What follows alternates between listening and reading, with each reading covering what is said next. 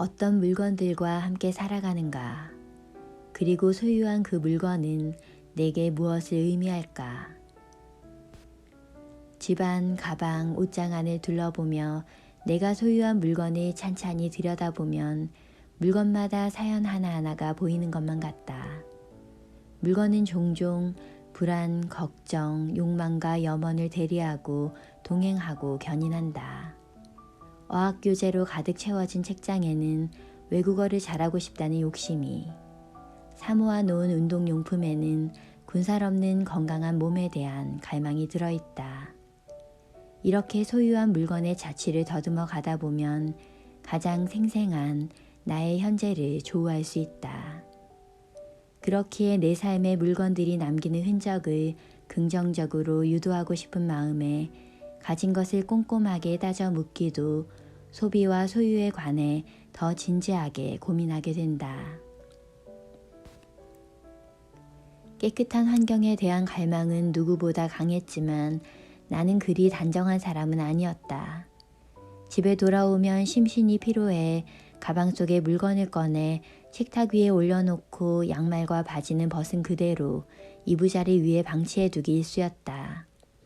물을 한 잔 마시고 피로를 털어내고 나면 그제서야 집의 풍경이 시야에 들어오고는 했다. 이렇게 귀가 후 나의 행적은 고스란히 물건이라는 흔적으로 남아 이곳저곳을 표류하고 있었다. 정돈된 환경을 위해 가장 먼저 몸에 익힌 습관은 소지품의 귀택을 분명히 하는 것이었다. 최소한 뒤집힌 채 아무렇게나 탈의한 흔적만은 용인하지 않겠다고 스스로와 굳게 약속했고 가장 방치되기 쉬웠던 양말부터 엄격히 귀소 조치를 취함으로써 점진적으로 정리 근육을 키워나갔다. 물건을 줄이고 살림의 규모를 축소하면서 어느 정도 평온한 생활 환경을 누리는 듯 한다 해도 늘 바짝 긴장하고 어지러운 공간을 경계해야 한다. 사용한 물건은 제자리에 두고 신발을 가지런히 벗는 일. 이런 작고 사소한 일들이 단정한 생활을 책임지는 원칙이 된다. 평범한 집안일이 성가신 노동이 되어버리는 건 대체로 이 같은 사소한 원칙에 소원했기 때문이다. 벗은 옷을 제자리에 걸어두는 습관 하나만 잘 익혀도 날을 잡아 옷장을 정리할 필요가 없고 샤워를 하는 동안 물로 욕실을 헹구고 환기만 잘해도 소매를 걷어붙이고 화장실을 청소할 일이 없다. 매일 5분간의 부지런함만 투자해도 집에서 얻을 수 있는 질적 만족은 큰 폭으로 변화될 수 있는 것이다. 나의 책장 위에는 작은 소품함이 있다. 높이와 폭이 각각 10cm 정도 되는 이 서랍 안에는 고무줄, 단추, 옷핀, USB 눈썹 칼 등 이렇다 할 제자리를 정하지 못한 부피가 작은 물건들이 가득 들어있다. 하지만 딱 이만큼이다. 가로 세로 한 뼘 크기의 이 작은 서랍장에도 용량의 선을 그어놓고 그 이상을 넘으면 제 집을 찾아주든지 처분한다. 너자분함을 허용하는 면적도 딱 가로 세로 10cm인 것이다. 입이 하나인 집이나 둘인 집이나 밥을 해먹다 보니 밥솥이나 냄비, 프라이팬은 하나씩 다 필요하다. 그러다 보니 혼자 사나 넷이 사나 생필품의 규모 또한 어느 정도는 될 수밖에 없다. 이래저래 편의를 앞세워 물건을 들이기 시작하면 담는 통도 하나 둘 더 늘어나기 마련이고 자연스레 물건은 이곳저곳에 쌓이게 되어 생활 환경도 조금씩 복잡함이 늘어난다. 그렇기에 늘 가진 물건을 검토하고 드릴 물건을 신중하게 생각하는 것을 습관처럼 생활화해야 물건이 늘어날 구실부터 싹을 자를 수 있다. 또 수납을 없애고 집의 면적을 줄이면 자연스럽게 살림의 규모가 줄고 단순한 생활이 시작된다. 소유는 방심하기 시작하면 걷잡을 수 없는 불길처럼 번지고 증식하기에 소유를 감당할 수 있을 만한 큰 집에 사는 것이 아니라면 쾌적하게 살기 위해서라도 욕망을 축소할 필요가 있다. 작은 그릇을 쓰고 작은 수저를 쓰면 과식을 어느 정도 피할 수 있듯 큰 집에 살지 않는 것은 가장 적절하게 소유할 수 있는 하나의 노하우이다. 집이 작아지면 드리는 책의 권수, 가구의 크기, 집기의 개수도 함께 줄여야 마땅하다. 그렇기에 작은 공간, 부족한 수납은 소유를 줄일 수 있는 최고의 명분이자 적은 노력으로 정리를 생활화할 수 있는 최상의 지침이 되어준다. 신발 한 켤레를 매일같이 신고 같은 가방을 1년 내내 들고 같은 블라우스를 한 철 내내 입다 보면 수명이 다해가는 물건의 모습을 마주하게 된다. 내가 교복처럼 입고 다니는 블라우스는 새것의 티를 벗고 세월을 입어 옷깃은 더 뻣뻣해지고 레이스는 숨이 많이 죽었다. 하지만 투박해도 여전히 질기고 몸을 감싸는 감촉은 더 편안해졌다. 물건은 세월을 입으면 빛이 바래기 마련이지만 잘 관리하면서 사용하면 낡더라도 보기 좋게 나이가 든다. 외출 시 최대한 깨끗하게 입고 귀가 후엔 옷걸이에 걸어 바람이 잘 통하는 곳에 보관하고 맑은 날 깨끗하게 세탁해 볕에 바짝 말리고 이렇게 애지중지하며 관리의 손길을 아끼지 않으면 긴 시간 동안 사람 손을 타고 수도 없이 세탁과 건조를 반복해 세월이 묻었다 해도 결코 초라해지지 않는다. 물건의 양품과 줄품이 있듯 소유에도 격과 급이 있다. 같은 물건이라도 어떻게 쓰느냐에 따라, 즉 소유의 품격에 따라 새 것보다 더 애착이 가는 헝겊이 되기도 하고 헝겊보다 못한 새 것이 되기도 하는 것이다. 품이 있는 소유는 웬만한 소비보다 만족감이 높다. 가진 것을 살뜰하게 관리하고 사는 곳을 정갈하게 유지하며 얻는 만족이 매번 새 것을 구입하며 충족하는 만족보다 질적으로나 지속성 또한 더 높다. 그렇기에 무언가를 새롭게 사고 소비하는 행위 이상으로 가진 것을 소중하게 쓰고 돌보며 얻는 만족은 결코 적지 않은 것이다.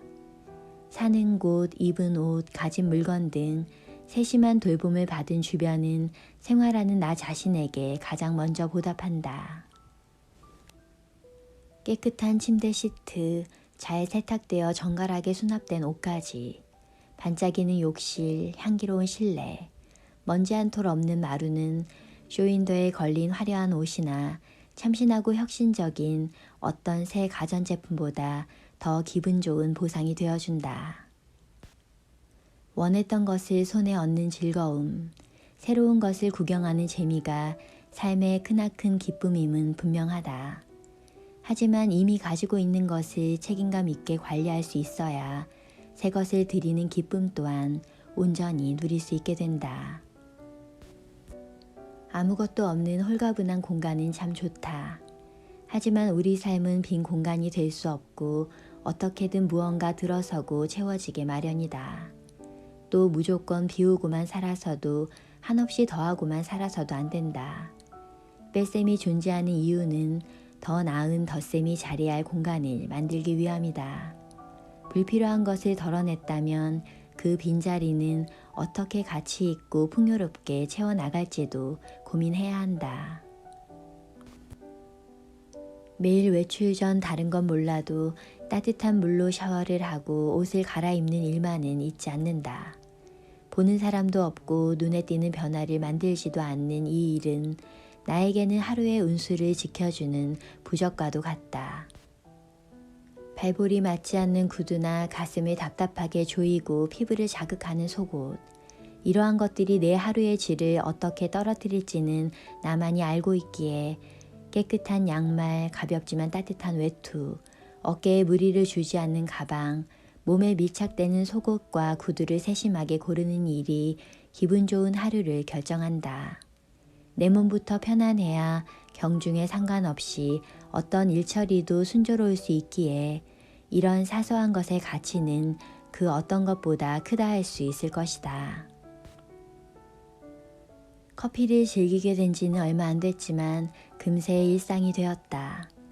로스팅한 원두는 진한 커피의 향미를 풍긴다. 이 깊고 구수한 향은 새벽녘의 몽롱함을 깨워준다. 원두를 갈고 물을 끓여 커피를 내리면 잠에 취했던 새벽은 가고 선명한 아침이 밝아온다. 일정한 순서와 규칙, 정량과 인내가 있는 커피는 아침을 맞기 가장 좋은 시작이다. 익숙한 동작을 따라가다 보면 어김없이 커피 한 잔이 만들어지고 만들어진 커피를 마시며 오늘 할 일을 차분히 곱씹는다. 느리지만 정직하고 고요한 아침 10분을 커피가 벌어준다. 쓴맛 나는 음료 한 잔이지만 이 커피에는 적지 않은 서사가 담겨 있다. 스스로를 귀하게 대접할 수 있는 작지만 가장 확실한 방법은 좋은 식재료로 건강한 한 끼 밥상을 차리는 일이다. 건강한 식탁만큼 나에 대한 분명한 배려와 존중은 없다. 무엇을 먹느냐는 어떻게 살아갈 것인가와도 맥을 같이 하기에 절대 소홀하거나 어영부영할 수 없다. 영양 균형을 고려해 밥은 현미를 섞어 짓고 섬유소와 비타민, 미네랄이 풍부한 녹색 채소와 해조류는 2종류 이상씩 반찬으로 올린다. 끓는 물에 살짝 데치거나 기름을 조금만 둘러볶으며 영양소 파괴를 최소화하고 견과류, 올리브 오일, 아보카도 등을 넉넉하게 먹는다. 계란, 두부, 생선도 부족하지 않게 식탁에 올리고 음료로는 비타민C가 풍부한 감잎차와 항산화 기능이 있는 커피를 마신다. 간식으로는 블루베리나 토마토를 달지 않은 요거트와 섞어 먹는다. 화려하지는 않지만 식재료를 꼼꼼하게 선별해 식탁을 차리고 나면 내가 만든 밥상에 애정이 느껴진다. 나에 대한 관심과 사랑이 충분해야 삶을 돌보고 가꿀 수도 있기에 건강한 식탁은 나 자신이 내게 얼마나 귀한 존재인지를 알려준다. 반뼘 정도 크기의 탁상용 라디오 한 대가 있다.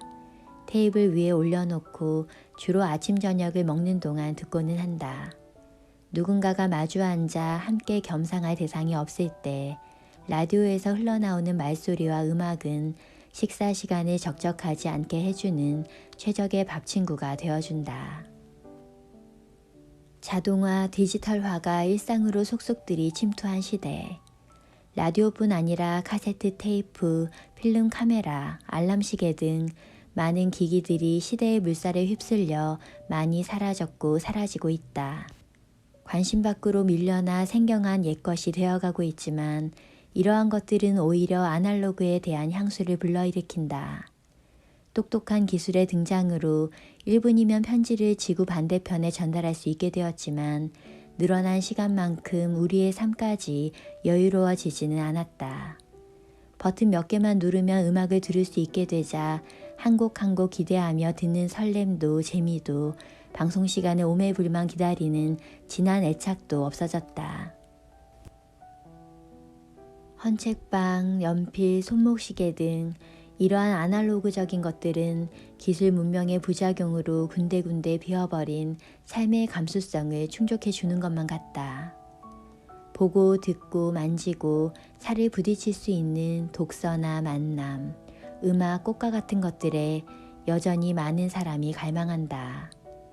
원하는 것은 뭐든 척척 빠르게 얻을 수 있는 기쁨보다 간절히 원했다가 노력해서 얻는 삶은 소중하기에 우리에게는 여전히 아날로그의 자리가 필요하다.